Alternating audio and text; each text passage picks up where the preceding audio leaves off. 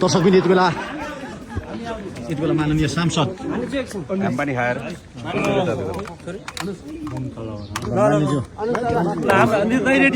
मानिस हजुर यहाँ माथि बस्छु न उ त हामी पछाडिबाट खिच्नु तिमीहरू अगाडि नआउ न अगाडि नआउ मानेजु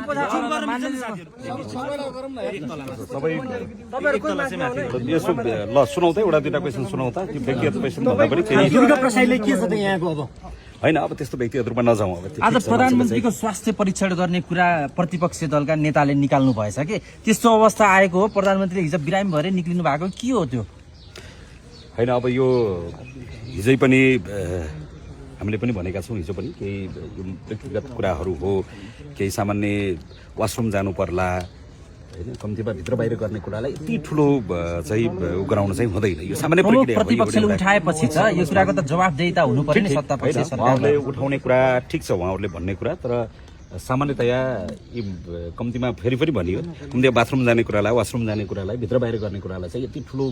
रूपमा लिनुपर्छ भन्ने जस्तो एउटा शङ्काको विषय यहाँनिर के भयो भने उहाँका प्रमुख सल्लाहकारले नै एउटा स्ट्याटस लेखिसके पछाडि उहाँले मेटाउनु भयो यहाँनिर त अब यसो गरौँ अब हामी अहिले सदनमा छौँ अब हामीले सबै विषयमा हामीले नै बोल्न थाल्यौँ भने सबै विषयमा हामीले नै भन्न थाल्यौँ भने फेरि त्यसको अर्थको अनर्थ लाग्ला फेरि है सबै विषयमा विषय विज्ञ बन्नु त्यति उचित हुँदैन त्यसैले गर्दा पनि गाह्रो छ के प्रधानमन्त्री बोल्नु न सबै कुराको बचाउ तपाईहरु आफै गरिदिँदै हिँड्नुपर्छ यसो गरौँ देश बनाउने तलतल लाग्यो हो उहाँलाई प्रधानमन्त्रीज्यूलाई हैन देश बनाउने तलतल त डेफिनेटली स्वतन्त्र पार्टीलाई छँदैछ त्यो त हामी त्यही एउटा हुटुटीले चाहिँ यसमा आएका छौँ त्यसैले गर्दाखेरि समग्रमा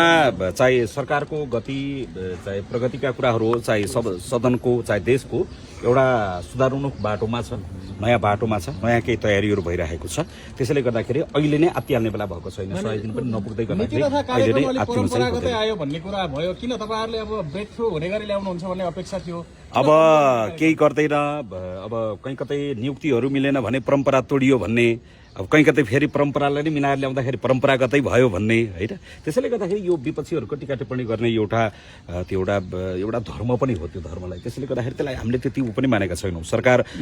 नयाँ छ हामी नयाँ तयारी गरिरहेका छौँ नयाँ तयारी गर्ने कुरामा कहीँ कतै कमी कमजोरी भएको छ भने यो पहिलो कार्यकालमा छौँ हामी यसलाई सुधारेर लिएर जाने कुरा र अझै राम्रो गर्ने कुरामा त प्रधानमन्त्री आउनु पर्ने हो कि प्रश्न उत्तरको लागि निदाउनु भएछ हजुर अर्थमन्त्री निदाउनु भएछ झन् गजबले सुन्नुपर्ने नीतिकथा कार्यक्रम होइन ध्यान दिएर सुन्नु भएको होला नि त त्यसलाई निदाएको पनि भन्दैन गौतम बुद्ध सबै ठाउँमा आँखा चिम्लेर बस्नु भएको छ गौतम बुद्धले आँखा चिम्लेर गौतम बुद्ध सिरानी हालेर सुत्या हो त ध्यानमा आउनुहुन्छ गौतम बुद्ध होइन त्यो त गजबले सुन्नु भयो त्यसलाई त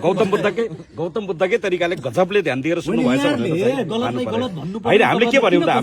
हामीले नराम्रो के भन्यौँ हामीले उहाँले मजाले ध्यान दिएर सुन्नु भएको पनि हुनसक्छ अब उहाँ निदाउनु भएको हो कि बिउजिनु भएको हामी त कसरी थाहा पाउने मेरो एउटा क्वेसन छ यहाँले चाहिँ तपाईहरुलाई स्पष्ट रूपमा के बुझ्नु होला भने राष्ट्रिय स्वतन्त्र पार्टी व्यक्तिगत रूपमा हाम्रो पार्टीको सभापति चाहे प्रधानमन्त्री चाहे व्यक्तिगत रूपमा खगेन्द्र सुनार छाती पनि थाप्न तयार छ गर्दन पनि थाप्न तयार छ हामी काँध पनि थाप्न तयार छौँ हामीले नथाप्ने हाम्रो छाती हटेको हाम्रो काँध हटेको छैन हिजोका राजनैतिक दलले यसको ठेक्का लगाएका थिए हामी जिम्मा लिन आएको देशको यिनले देशलाई ठेक्कापट्टा सुकुम्बासीलाई चाहे विभिन्न मुद्दालाई ठेक्कापट्टाको रूपमा लिएका थिए हामी देशको यो सुकुम्बासीको यहाँका भूमिहीन दलित गरिबहरूको हामी जिम्मा लिन आएका हौँ त्यसैले हामी जिम्मा लिन्छौँ हामी 1 महिना भएको छ हामीले के भनेका छौँ राष्ट्रिय स्वतन्त्र पार्टीको घोषणापत्रमा वाचापत्रमा 100 दिनभित्रमा यो आयोग बन्ने छ 1000 दिनभित्रमा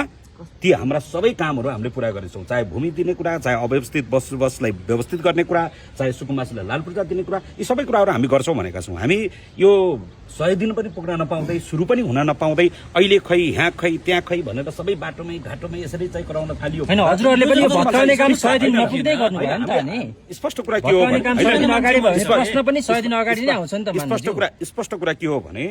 कम्तीमा यताकोलाई उता सार्ने कुरा अव्यवस्थितलाई व्यवस्थित गर्ने कुरा सबैले के भनिरहेका छौँ यो अव्यवस्थित बसोबास हो यसलाई व्यवस्थित गर्नुपर्छ सरकारको सरकारी जग्गा हडपेर तला तलाको बिल्डिङ बनाउन पाइँदैन त्यो